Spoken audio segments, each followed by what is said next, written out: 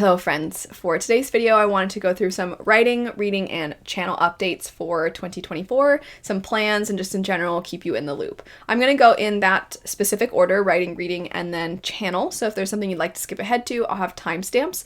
But I want to start with writing as it is the thing I'm the most excited about. Some of you likely don't have any idea and don't know that writing is my biggest passion. I hope to someday make it my full-time job. But I have written a book. It's called Peace and Turmoil, and it came out in 2019. I will not elaborate too extensively, but part of why it has taken so long to get the sequel out, to get the second book, it's called Remnants of Dawn. Part of the reason it has taken so long to write that book is that in 2020, which was a difficult year for basically everybody, I ended up having to quit my job. I was a private violin teacher, and I quit my job and I moved in with my dad to become his full-time caretaker. And he became ill at the beginning of the year, and then he passed away in August of 2020. And nobody ever figured out what was wrong. His health just rapidly declined. He became very reliant on me. I don't want to go into too many details. It's still not easy to talk about. But I was very, very close with my dad. And after he passed away, it was really hard to kind of pick myself back up. My channel, which had always been a hobby for me, ended up becoming my main income. It was my only income because I wasn't teaching anymore. And I really was not wanting to go back to doing that. I had moved across town. I wasn't near any of my students anymore anyway. So it just kind of made sense for me to really pour a lot into my channel. And I was able to work from home. I mean, there's a lot of perks that come, of course, with being able to make your channel your job. My phone is going off. Not my phone, my watch is telling me it needs to charge. Look at Luna is my screensaver on my watch. Anyway, so I was able to make my channel my full-time job. I have at no point ever made what I used to make from when I used to teach full-time. But I was okay with that. I'm not trying to by any means make anybody feel like, just trying to make us feel bad for her or something like that. I'm just saying 2020 was rough. And because finances were a little tight and a little bit of a struggle, and then also things going on in my personal life were just awful, as you can imagine, I kind of had to sort of pick myself back up in a job and in my mental and emotional health and well-being before I could really come back to writing, because writing is not my full-time job. It's not the thing that brings any income in, really. So the other side of this is that because of the state I was in mentally and emotionally, I couldn't do it. I could not write, especially because this second book, before everything happened, a big focus of the book and pretty much the biggest theme is grief, and to tap back into that when I wasn't through it yet, and I don't know that I'll ever be entirely, it's not like you're like, I'm all better now, I don't miss them at all.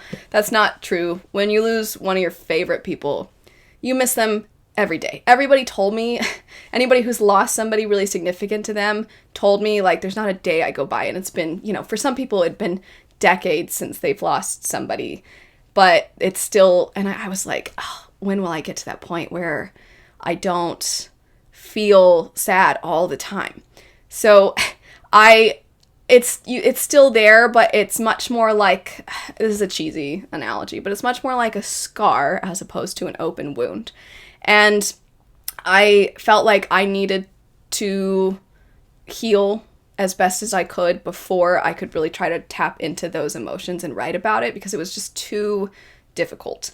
All that said, now that I have written the book, did I say that yet? I finished book 2. I don't know if I said that yet.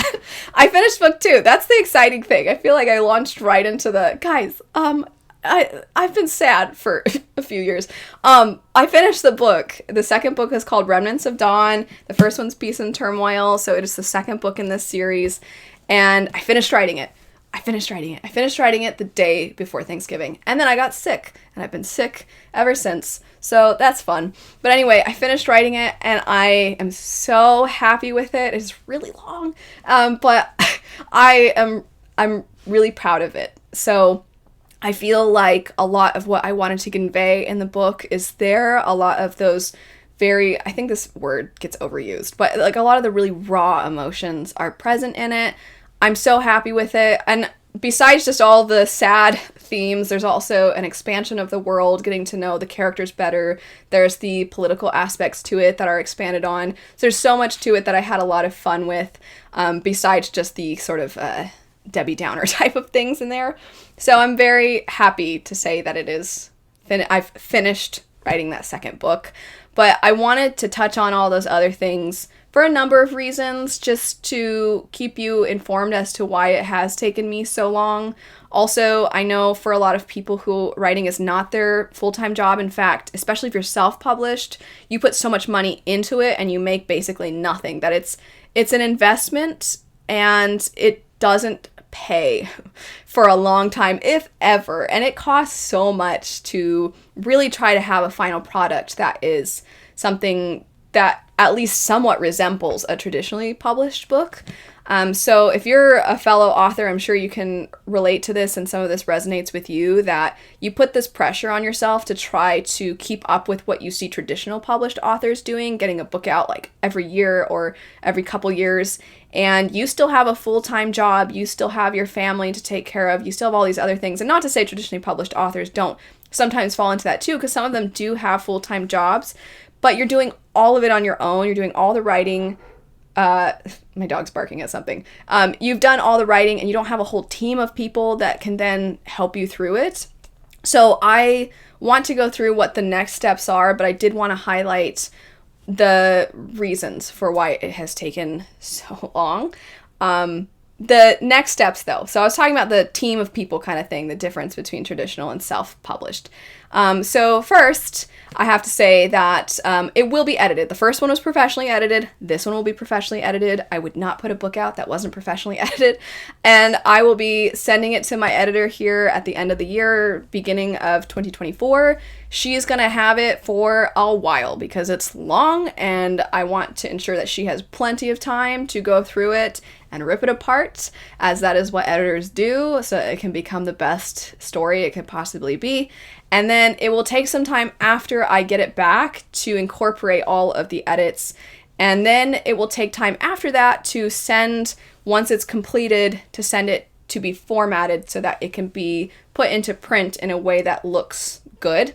If you don't know anything about the first one, it has a lot of fun bells and whistles. There's it comes in hardback and paperback. So there's a map at the beginning, which is fun. This is the paperback, obviously. And there's a lot of fun extras in the book. There's some illustrations. So right at the beginning, here's an illustration. I did this illustration. I didn't do all the illustrations. There's monster art in it, and I didn't do those. You can tell because they're much better than my art. But at the beginning of each chapter, there's a piece of the map so that you know where you are, because it's epic fantasy. And so I thought, I know a lot of us love maps. It'd be kind of cool if we actually put the part of the map we're in. So that's at the beginning of every chapter, as well as just what I think is beautiful font. There's a ton of extras in this, like I said. And the second one of the things that I'm planning to have done is to have some artwork that I hope I can actually have in color printed in to the second book.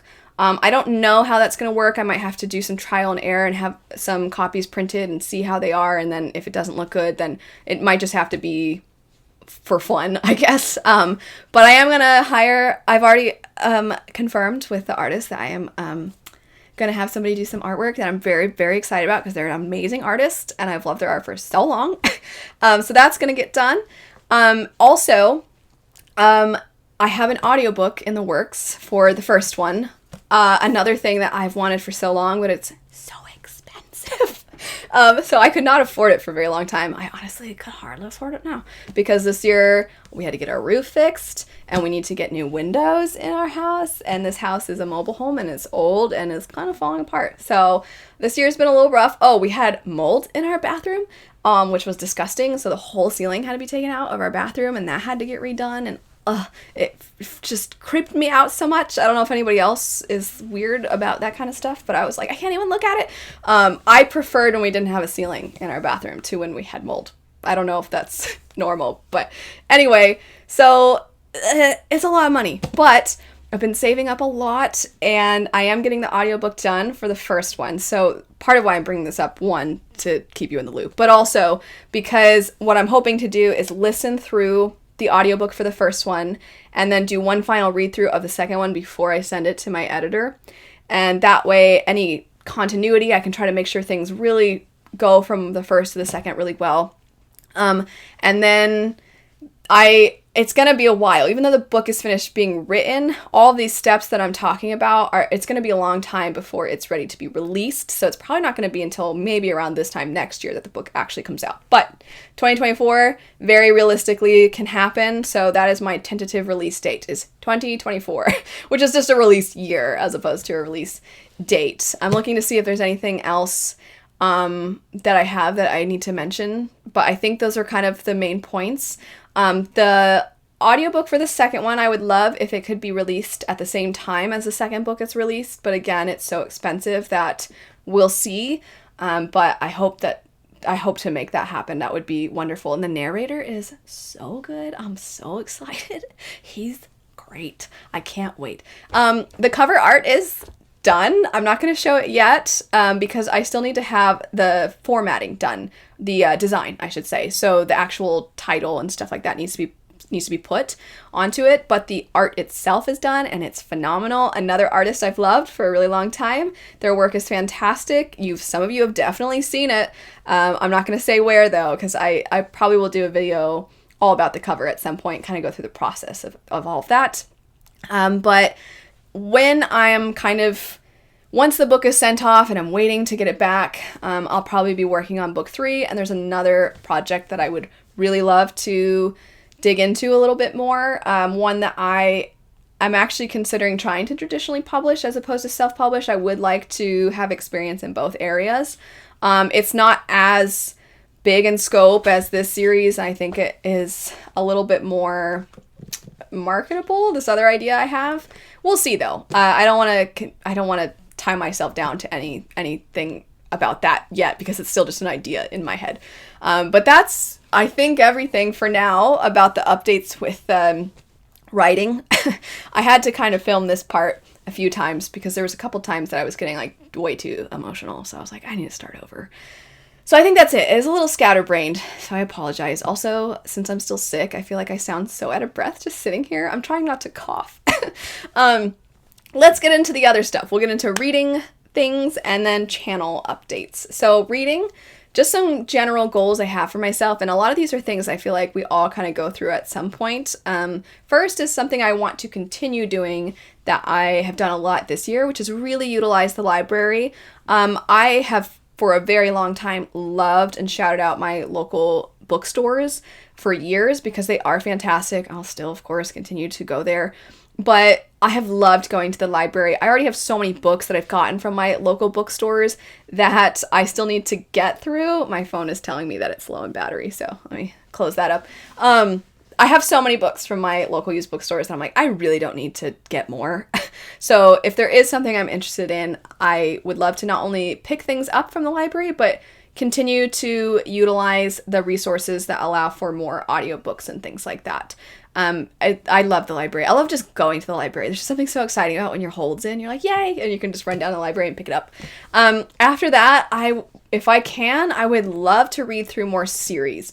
I still plan to continue to read new fantasy releases, but the downside to that is I'm often starting new series, and I already have series that I need to get through, so I want to read through series. That is an example of what I mean by we all go through that at some point where we're like, okay, I'm in the middle of at least 50, if not 100 different series. I need to get through them. I also want to, I just said, but I want to elaborate on this a little more. I am going to continue to do new fantasy releases wrap-ups because I really love doing that. I love kind of the juxtaposition between the new releases and picking up things that are slightly older and comparing those things and seeing what the trends are and what the trends used to be, what tropes used to be utilized the most, and also see where inspiration probably was taken, be able to say, if you liked this, then maybe try these new things, or opposite, if you like the new thing, try these older things, and just everything in between. I just have a lot of fun with it. I hope it's informative and helpful to all of you, especially financially, because books are expensive, and so if you are going to take a chance on a new book, hopefully you're informed well enough to have an idea, like, I'm pretty sure I'm going to like this one, so let me give this one a go, since not everybody has the best access to libraries. Let myself mood read a little more. That one's a big one, and not just mood read with fantasy, but if I'm in the mood to pick up nonfiction, historical fiction, romance, contemporary, if I'm in the mood to pick up something else, I don't want to feel like I'm so strapped down to a TBR. I might still do TBRs here and there if I just really know I'm going to definitely be picking up certain books. But I want to give myself that flexibility and that freedom, especially with trying to integrate writing a little bit more into my schedule. It's so taxing on the mind, at least when I write, because I tend to do it like all day for hours. And so when I'm done writing, I can hardly think straight. And so sometimes I don't really want an epic fantasy world. I want something a little bit fluffier or happier, or contemporary's nice because then you don't feel like you're trying to figure out what the heck's going on with this world and this magic. But then other times I'll be so invested in my own fantasy stuff that I'll be like, I would love to see just like a different fantasy world. So just in general, I want to mood read. And then also, if I can, I'd like to also, I mentioned this in a video a while back, but the same way I do new fantasy releases wrap-ups, I'd like to do something similar for self-published fantasy.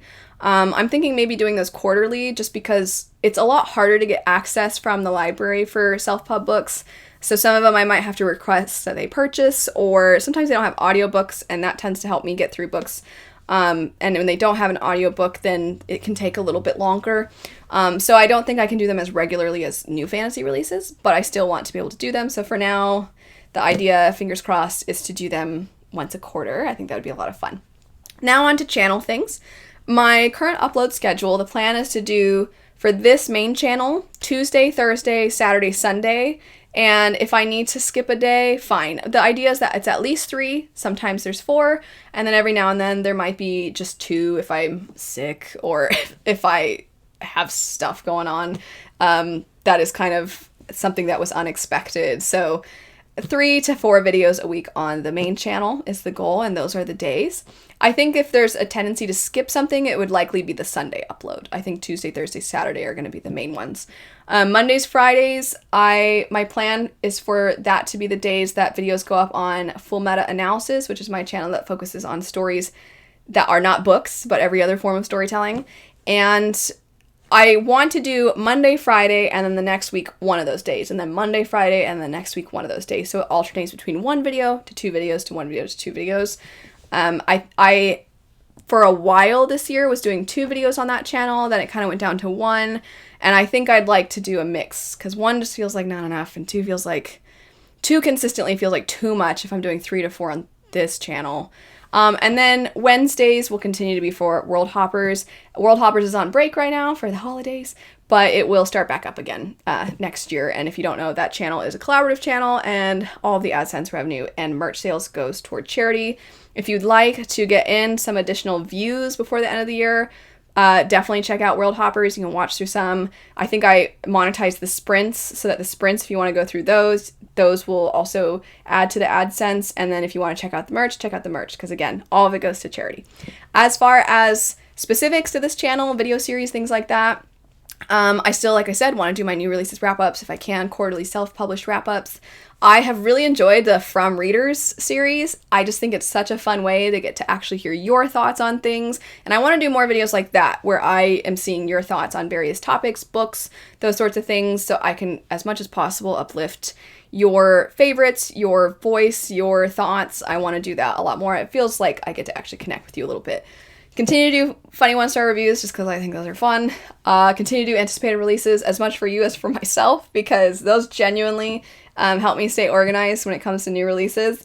I had a video series I had started called Plan, Read, Review, and it's where I essentially do a TBR and a wrap up kind of all in one, and I go to the library and I like bring you with me and things like that. I've also kind of nicknamed this Luna and the library in my head because I usually show clips of Luna in the videos. This might turn into a patron exclusive thing that I do once a month. We'll see. I want to continue doing this because I like it, but I don't want to hold myself to doing it every week or every other week. For now, I'm thinking once a month on Patreon. If I do more Sanderson-themed videos or Cosmere-themed videos, those are likely going to be bonus videos, but I do want to do more of them now that we are coming to the end of our Cosmere read-along from this year.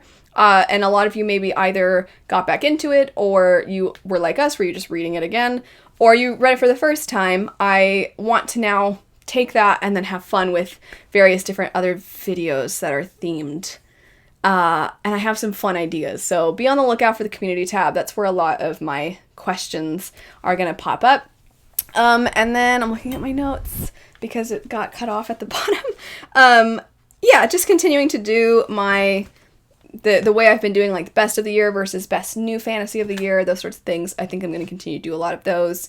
I'm sure I'm forgetting something, but that is basically it. A big thank you to all of you for being lovely and wonderful and patient when it comes to the writing stuff.